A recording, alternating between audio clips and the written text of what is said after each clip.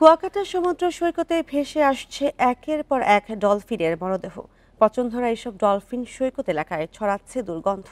তবে মৃত্যুর সঠিক কারণ এখনো অন্ধকারেই রয়ে গেছে। গত ৮ বছরে এভাবে সৈকতে ভেসে এসেছে অন্তত ১৩২টি মৃত ডলফিন, অথচ হয়নি একটি বৈজ্ঞানিক ময়নাতদন্তও। চলতি বছর কুয়াকাটা সমুদ্র সৈকতে বিভিন্ন পয়েন্টে ভেসে আসে অন্তত ৮টি মৃত ডলফিন। ডলফিন রক্ষা কমিটি গঠনের আগে সৈকত এলাকায় পচে দুর্গন্ধ ছড়াতো এসব সামুদ্রিক প্রাণী।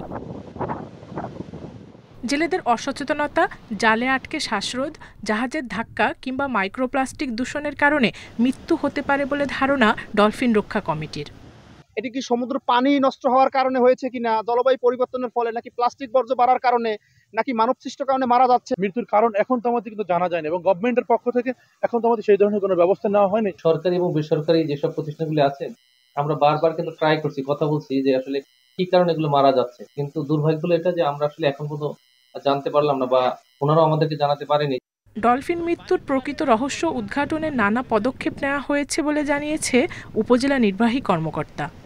অথবা কি কারণে আমাদের কাছে মনে হচ্ছে এটা মারা যেতে পারে, সেটা একটা ডাটাবেস প্রস্তুত করে আমরা বরিশাল বিশ্ববিদ্যালয় এবং পটুয়াখালী বিজ্ঞান ও প্রযুক্তি বিশ্ববিদ্যালয়ের সাথে সমন্বয় করে একটি গবেষণা কার্যক্রম চালানোর চেষ্টা করবো ইনশাল্লাহ। এবং এর মাধ্যমে আমরা একটি পরিকল্পনা গ্রহণ করতে পারি কিভাবে সমুদ্র উপকূলের এই ডলফিনগুলোকে রক্ষা করা যেতে পারে।